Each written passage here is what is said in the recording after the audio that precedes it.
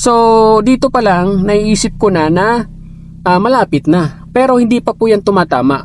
So may space pa yan. Again, nasa 1 metro pa mahigit ang space niyan. So bababa ako, ipapakita ko ulit sa inyo. It's another video na naman tayo today mga kaibigan. Bibigyan ko lang ulit kayo na basic tutorial. At syempre, isa ito sa mga tinatanong ng mga followers natin syempre, kung paano magtansya sa harapan. Ito na naman tayo sa mga pagtatansya mga kaibigan. Syempre, as beginner, medyo mahirap nga talagang magtansya. At para dyan, ituturo ko sa inyo kung ano ba yung ibig sabihin ng pagtansya.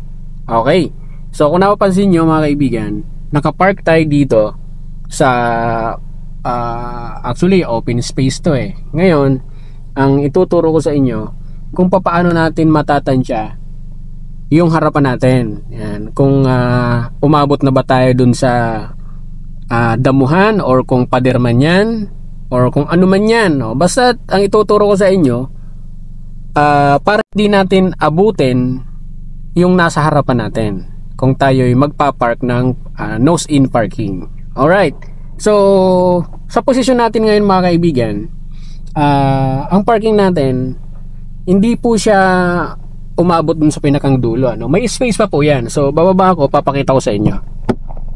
Alright,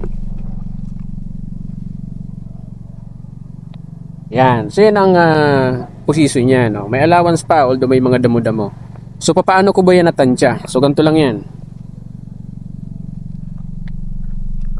Okay, so ganito lang po siya mga kaibigan. Ang ginawa kong basehan dyan, yung pinakang lower part ng damo, no? Yung pinakang ground niya,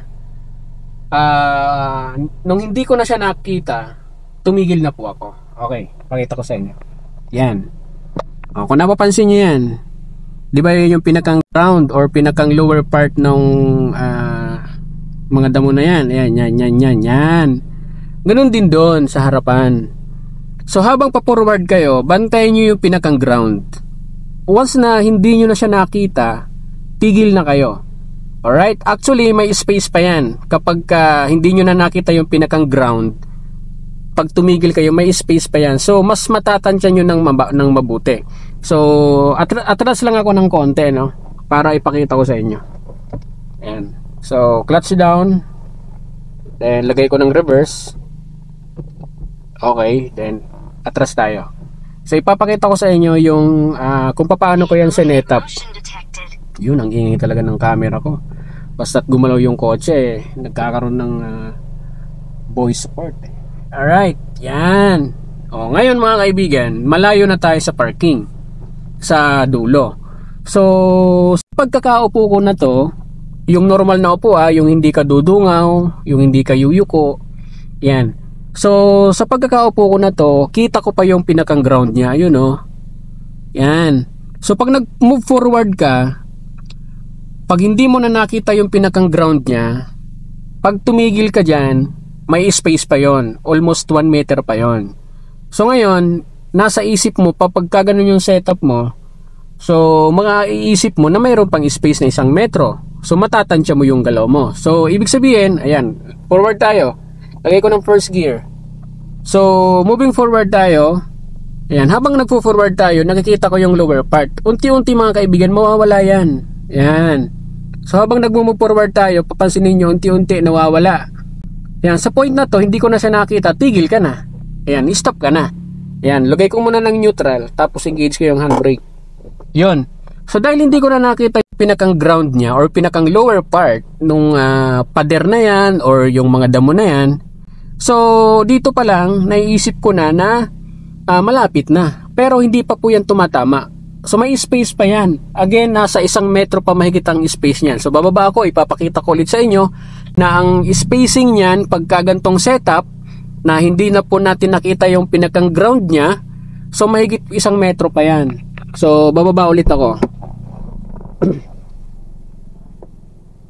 Yan. Kung mapapansin nyo, from here at saka dito, nasa 1 metro pa po yan. Kaya ngayon, kung ganyan ang setup niyan, pwede pa tayong mag-move forward ng konti. Yan. Pero make it sure na kung mag-move tayo, napaka minimal lang. Kasi nga, ang setup po ng gantong reference ay nasa 1 metro pa ang pagitan niyan ng sasakyan natin at saka yung dulo ng pader or nung kung ano man yan nasa harapan natin. So, forward tayo ng konti. Alright, so pag naggalaw ka ng konti, pag nag-forward ka, ayan, forward tayo ng konti, ayan, tigil ka na kaagad. Ibig sabihin nun, ayan, ang ibig sabihin nun, nakuha mo na yung part ng 1 metro ng space sa harapan natin. So, ganun lang po, wag na nating ipilit pa dahil yun na nga, medyo masikip na sa 1 metro yung space na yun. But, kung gusto mo naman, mga kaibigan, na okay na yung setup na yun, na once na hindi mo na makita yung pinakang ground niya or lower part nung pader na yan or yung halaman na yan, mga damuhan na yan, okay na yun, pwede ka nang mag-stop nun. So it's up to you, decision nyo yun. Basta't ang nasa isip nyo or natatandaan nyo na pag hindi nyo na nakita yung pinakang lower part, ay may space pa po yun na 1 metro. So yun lang kaibigan, no? So sana ho nakatulong po sa inyo ang video na to, lalong lalo po doon sa mga beginners, sa mga new drivers, sa mga nag-uumpisa pa lamang mag-aral mag-drive. That's it. Bye-bye!